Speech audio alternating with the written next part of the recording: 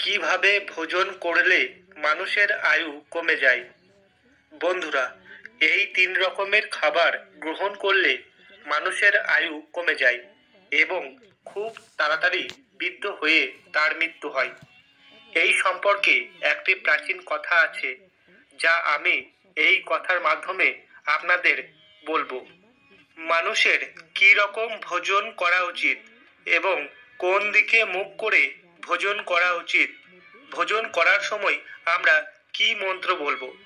একবার মহর্ষি নারদ ভগবান শ্রীকৃষ্ণের কাছে দেখা করার জন্য দ্বারকা নগরীতে গেলেন। তখন ভগবান শ্রীকৃষ্ণ একটা সিংহাসনে বসেছিলেন। ভগবান শ্রীকৃষ্ণ নারদকে দেখে বললেন, হে মুনিবর, দ্বারকা নগরীতে আপনাকে স্বাগত। কি কারণ হেতু আপনি দ্বারকাতে এসেছেন তা আমাকে বলুন। তখন মহর্ষি নারদ বললেন, হে প্রভু, আপনি তো অন্তর্যামী, আপনি সব কিছুই জানেন। তবুও আপনি যখন আমার মুখ থেকে শুনতে চাইছেন, তাহলে আমি বলছি। আপনি আমার এই প্রশ্নের উত্তর দিয়ে আমার মনকে শান্ত করুন। ভগবান শ্রীকৃষ্ণ মুচকি হেসে নারদকে বললেন, হে দেবর্ষি নারদ, আমি জানি আপনি কেন আমার কাছে এসেছেন। আপনার মনে যা প্রশ্ন আছে আপনি নির্দ্বিধায় বলুন।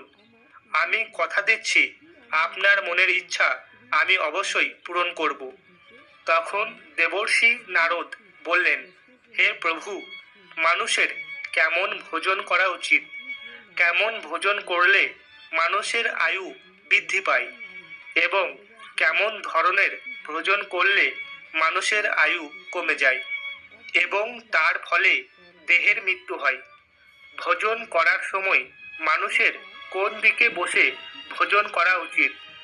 ভোজন করার সময় কি মন্ত্র বলা উচিত? হে প্রভু, দয়া করে আপনি এই প্রশ্নের উত্তর দিন। হে দেবর্ষি নারদ, আপনি মনুষ্য জাতির কল্যাণের জন্য খুবই উত্তম প্রশ্ন করেছেন। মানুষ যেভাবে ভোজন করে সেইভাবে তার স্বভাব, ভাগ্য এবং তার পরবর্তী জন্ম নির্ধারণ করে। হে দেবর্ষি নারদ, এই বিষয়ে একটি প্রাচীন কথা আছে, যা অগস্ত্য ঋষি ভগবান শ্রীরামচন্দ্রকে বলেছিলেন, যা অত্যন্ত গুরুত্বপূর্ণ।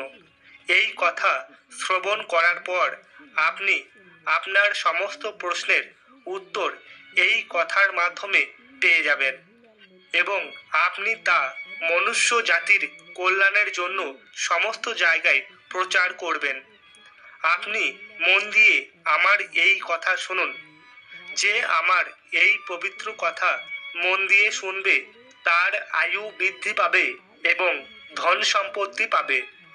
নারদজি বললেন, হে ভগবান, আমি আপনার এই পবিত্র কথা মন দিয়ে শ্রবণ করব এবং পৃথিবীতে গিয়ে তা প্রচার করব। দয়া করে এবার আপনি শুরু করুন। ভগবান শ্রীকৃষ্ণ বললেন, প্রাচীনকালে একটি ঘন জঙ্গল ছিল। সেই ঘন জঙ্গলের আকার 1000 যোজন ছিল, কিন্তু সেই জঙ্গলের মধ্যে কোনো পশু এবং পাখি ছিল না। সেখানে শুধুমাত্র বড় বড় এবং ছোট বৃক্ষ ছিল। কোনো পশু পাখি সেই জঙ্গলে যেত না। সেই জঙ্গলের মধ্যে 4 কোষ একটা বড় ঝিল ছিল। সেই ঝিলের মধ্যে হাঁস, কুমির ও কিছু মাছ বাস করত। একবার অগস্ত্য মুনি সেই ঝিলের কাছ দিয়ে যাচ্ছিলেন।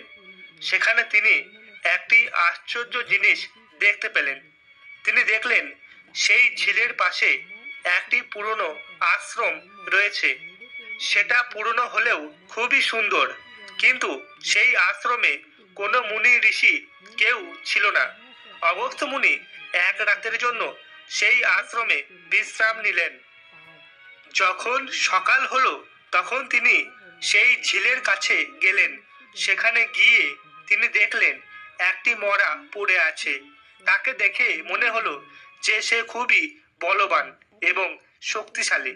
তখন অগস্ত্য মুনি দেখলেন যে এই মৃতদেহ কোনো একটা যুবকের, কিন্তু তার মৃত্যু কিভাবে হলো, কিভাবে তিনি এখানে এলেন, এই সমস্ত প্রশ্ন তিনি ভাবতে লাগলেন। তখনই ঘটল একটি আশ্চর্যজনক ঘটনা। আকাশ থেকে একটি দিব্য রথ সেই ঝিলের সামনে এসে থামলো। সেই রথ থেকে একটি দিব্য পুরুষ বেরিয়ে এলেন। তারপর তিনি ঝিলের সামনে এসে স্নান করলেন। এরপর মৃতদেহের পাশে বসে সেই মরার মাংস মনের আনন্দে খেতে লাগলো। তারপর যখন তার খাওয়া হয়ে গেল এবং সে পুনরায় রথে করে স্বর্গের উদ্দেশ্যে যাত্রা করতে যাবে, ঠিক সেই সময় অগস্ত্য মুনি হুঙ্কার দিয়ে বললেন, দাঁড়াও, আপনি কে? আপনাকে দেখতে দেবতাদের মতো, কিন্তু আপনার খাবার দাবার এত জঘন্য কেন? আপনি দেবতা হয়েও কেন এই মরা খাবার খেলেন? তখন সেই দিব্য পুরুষ অগস্ত্য মুনিকে প্রণাম করলেন এবং বললেন, হে মুনিবর, আমি আপনাকে একটি কাহিনী শোনাচ্ছি। এটি অনেক পূর্বকালের কথা। বিদর্ভ দেশে আমার মহান যশস্বী পিতা রাজ্য চালাতেন। তিনি বসুদেব নামে 3 লোকে প্রসিদ্ধ ছিলেন এবং তিনি খুবই ধার্মিক ব্যক্তি ছিলেন। তার 2 স্ত্রী ছিল, 2 পুত্র ছিল, আর আমি ছিলাম তাদের মধ্যে সব থেকে বড় পুত্র। লোকে আমায় সোহেদ বলে জানতো, আর আমার ছোট ভাইয়ের নাম সুরাট। আমার পিতাজির মৃত্যুর পর আমাকে রাজা বানানো হয়েছিল, আর আমি খুবই সুন্দরভাবে রাজ্য পরিচালনা করছিলাম। 4 বছর রাজ্য চালানোর পর আমার মধ্যে বৈরাগ্যের ভাব উদয় হলো। আমি ভগবান শ্রীকৃষ্ণের আরাধনা করার জন্য রাজ্য পরিত্যাগ করার সিদ্ধান্ত নিলাম এবং বনের মধ্যে আমৃত্যুকাল পর্যন্ত তপস্যা করব। তখন আমি আমার এই রাজ্য ছোট ভাইয়ের হাতে তুলে দিয়ে এই বনের মধ্যে ঝিলের পাশে 1000 বছর ধরে তপস্যা করছিলাম। আমি 80,000 বছর ধরে এই ঝিলের পাশে তপস্যা করার পর আমার ব্রহ্মলোক প্রাপ্ত হয়েছিল। কিন্তু আমি যখন ব্রহ্মলোকে গেলাম তখন আমি শান্তি পাচ্ছিলাম না। খিদে এবং পিপাসা আমাকে কুড়ে কুড়ে খাচ্ছিল।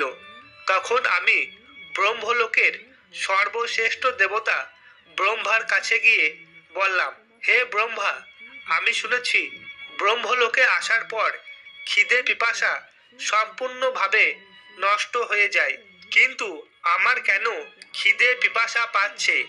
তখন ব্রহ্মা বললেন, শোনো বৎস, পৃথিবী লোকে যারা যারা দান ধ্যান কর্ম করে, যারা খেতে পায় না তাদেরকে খাবার দান করে, তারাই একমাত্র ব্রহ্মলোকে এসে খিদে পিপাসা থেকে মুক্তি পেতে পারে। কিন্তু আপনি আপনার জীবন দশায় কোনো ক্ষুধার্ত মানুষকে খেতে দেননি। এমনকি আপনি আপনার রাজ দরবারে কোনো ক্ষুধার্ত মানুষ থাকলে তাদেরকে তিরস্কার করে তাড়িয়ে দিয়েছেন এবং আপনি স্নান না করে ভোজন গ্রহণ করতেন। ভোজন করার আগে আপনি ভগবানকে স্মরণ করতেন না। তাই আজ আপনার এই রকম পরিণাম হয়েছে। আপনি অনেক সুস্বাদু খাবার তৈরি করে নিজেই খেয়েছেন, তাই আপনার শরীর এত হৃষ্টপুষ্ট এবং শক্তিশালী। কিন্তু আপনি কখনো কোনো ক্ষুধার্ত মানুষকে খাবার দেননি, তাই আজকে আপনার এই রকম অবস্থা।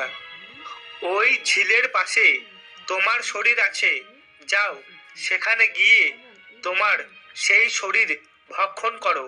হে পিতামহ ব্রহ্মা, আমি আমার সেই শরীর খাওয়ার পর তারপর আমি কি খাবো? কারণ তারপরেও তো আমার খিদে থাকবে।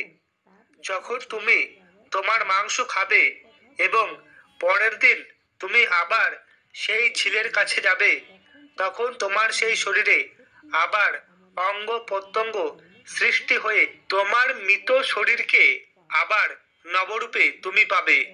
আর তুমি রোজ তোমার মাংস খেতে পারবে। এইভাবে তুমি যখন তোমার মাংস 100 বছর ধরে খাবে, তখন তোমার সাথে অগস্ত্য মুনির দেখা হবে, আর সেই অগস্ত্য মুনি তোমাকে উদ্ধার করবে। তখন সোহেদ বলল, হে মুনিবর, আমি সেই থেকে আপনার অপেক্ষা করছি। আপনি কখন এসে আমাকে উদ্ধার করবেন, আমি সেই আশায় বসে আছি এবং 100 বছর ধরে সেই মাংস খেয়ে যাচ্ছি। তখন অগস্ত্য মুনি বললেন, হে রাজন, ভগবান আপনার প্রার্থনা শুনেছেন।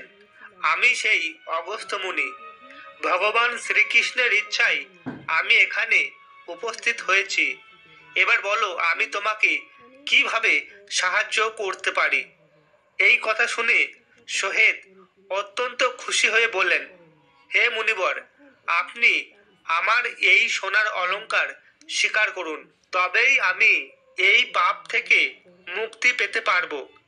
এরপর অগস্ত্য মুনি প্রসন্ন হলেন এবং যখনই সেই অলংকার সোহেদ অগস্ত্য মুনিকে দিলেন, সঙ্গে সঙ্গে তার মৃতদেহ উধাও হয়ে গেল। সোহেদ এখন দান না করার ফলস্বরূপ যে কষ্ট ভোগ করছিলেন, সেই দান করার কর্মফল থেকে সম্পূর্ণরূপে মুক্ত হয়ে রথে করে আকাশ পথে চলে গেলেন।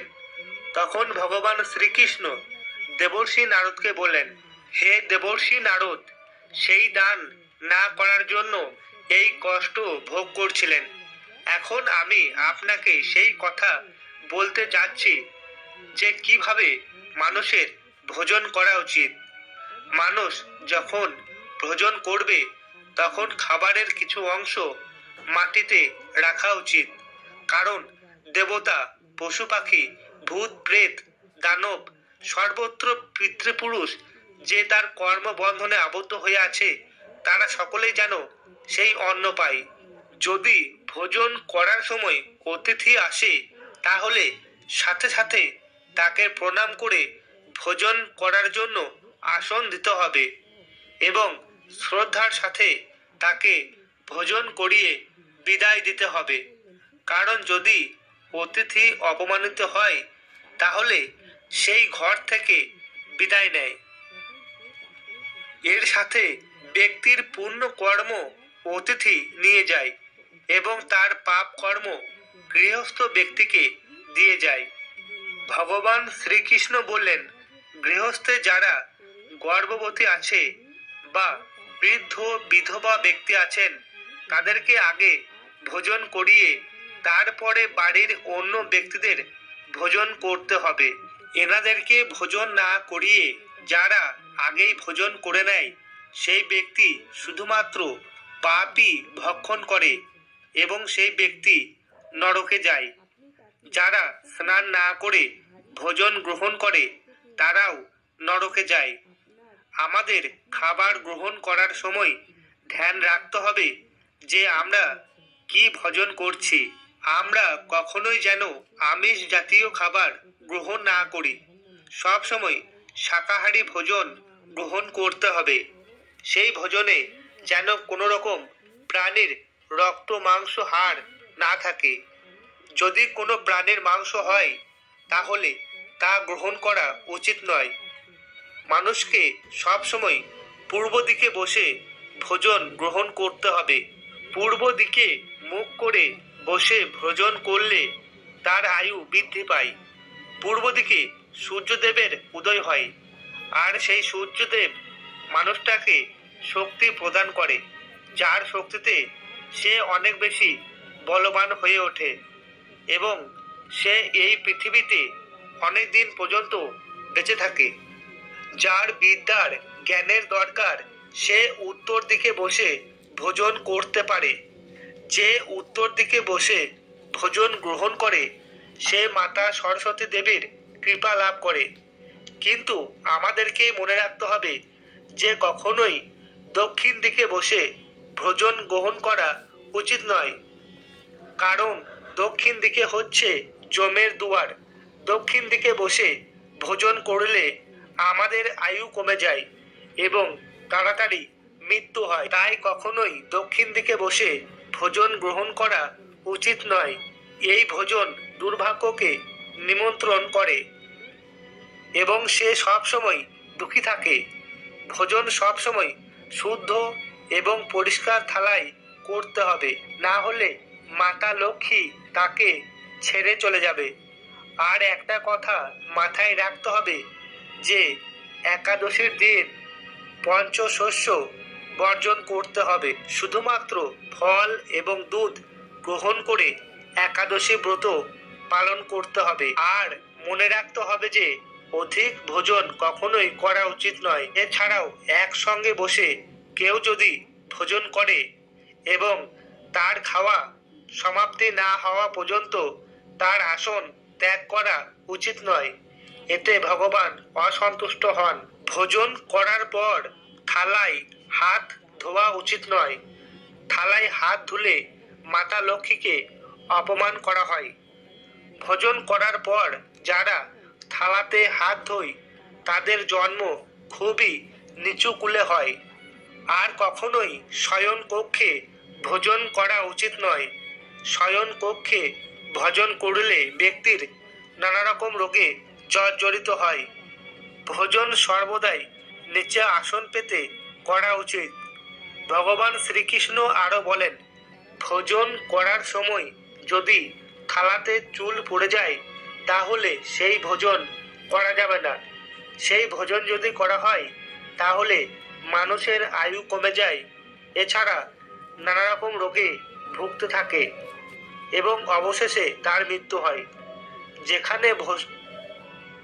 যেখানে বসে ভোজন করা হবে সেখানে যেন ছাদ বা বৃক্ষের ছায়া থাকে। ভোজন করার সময় কখনোই এক বস্ত্রে বা উলঙ্গ হয়ে করা উচিত নয়। আর ভগবান শ্রীকৃষ্ণ এর সাথে একটি মহৎ কথা বলেছেন, আমরা যা কিছু আহার করব তা সবার আগে ভগবান শ্রীকৃষ্ণের চরণে নিবেদন করব, তারপর সেটা গ্রহণ করব। ভিডিওটি যদি আপনাদের ভালো লাগে এবং মন চায় তাহলে কমেন্ট বক্সে জয় শ্রীকৃষ্ণ লিখতে ভুলবেন না।